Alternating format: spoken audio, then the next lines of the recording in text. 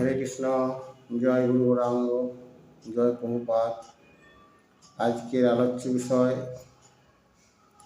ভগবান গিরি গোবর্ধন পর্বত ধারণ করে জগৎকে শিক্ষা দিলেন যে আমি হচ্ছি ভক্তবৎসল। দেখুন, ভগবান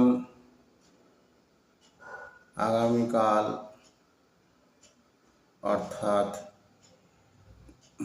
কার্তিক মাসের প্রতিপদ অমাবস্যার পরের দিন এই বিশেষ তিথিতে গিরি গোবর্ধনকে ধারণ করেছিলেন এবং সেটা ধারণ করে ভগবান তার ভক্তদের উদ্দেশ্যে একটা বার্তা দিলেন বা জগৎবাসীকে একটা বার্তা দিলেন যে আমি হচ্ছি ভক্তবৎসল।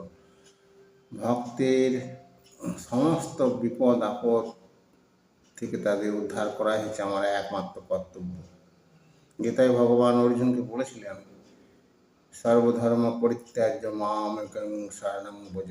অর্থাৎ কেউ যদি পূর্ণ শরণাগতি আমার চরণে গ্রহণ করে তাহলে কিন্তু আমি তাকে সর্ব অবস্থায় রক্ষা করব, অর্থাৎ সমস্ত দায় দায়িত্ব নেব। তো সেটা দেখাবার জন্যে এই গিরি গোবর্ধনকে উনি ধারণ করে এই গিরি গোবর্ধন লীলা করেছিলেন। তো এই অমাবস্যার পরের দিন প্রতিপদ তিথিতে এই লীলাটি হয়েছিল। লীলাটি সংক্ষেপে আমি আলোচনা করছি। একদিন ভগবান শ্রীকৃষ্ণ নন্দ মহারাজকে বললেন যে, হে পিতা, তোমরা কিসের আয়োজনের ব্যবস্থার জন্য এত মিটিং তোমরা করছো, আলাপ আলোচনা? তো নন্দ মহারাজ তার পুত্র বালক গোপালকে বললেন যে, আমরা ইন্দ্র পূজা করি, সেই জন্য তোড়জোড় করছি।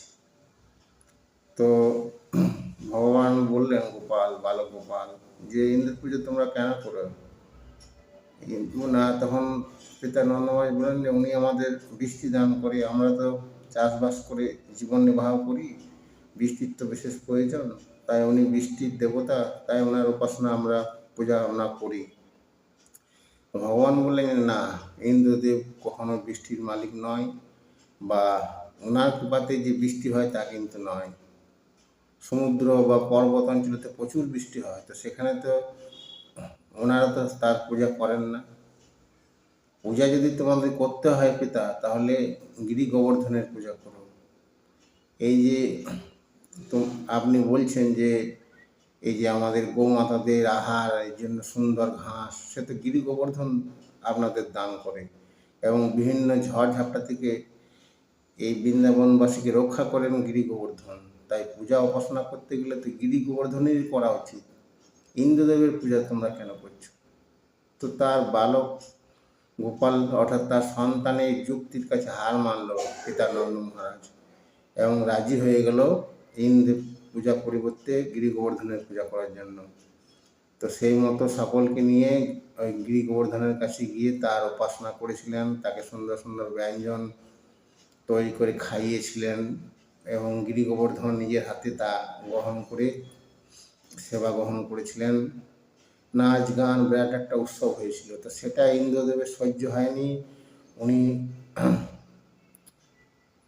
সম্বৃত নামক যে মহা মেঘ, সেই মেঘকে আহ্বান জানালেন সম্প্রীতকে এবং বললেন, তুমি গোটা বৃন্দাবনকে ভাসিয়ে দাও, এত বৃষ্টি দাও। তো এত বৃষ্টি যে গোটা বৃন্দাবন জলে তো ডুবে গেল, গোমাতা ঘর বাড়ি বৃন্দাবনবাসী সব জলের তলে। তো সমস্ত বৃন্দাবনবাসীরা কৃষ্ণের কাছে গেল এবং বলল, দেখো, তুমি ইন্দ্রের পূজা করতে মানা করলে আমাদের কি অবস্থা? তখন ভগবান বললেন বালক গোপাল যে, চলো, গিরি গোবর্ধন আমাদের রক্ষা করবে।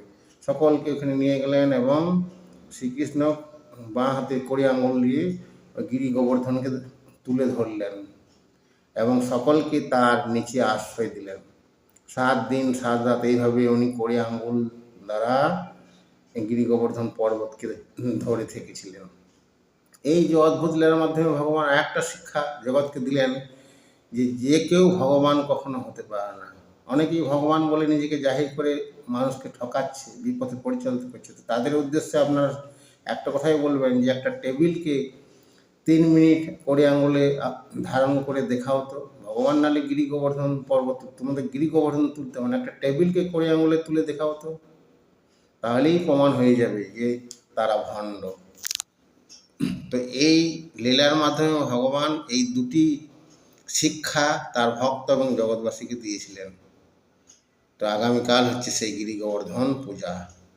তো আপনারা সকলেই গিরি গোবর্ধনের পূজা করুন, উপাসনা করুন এবং ভগবানের নাম জপ বেশি করুন। জয় গিরি গোবর্ধন, জয় দামোদর, হরে কৃষ্ণ।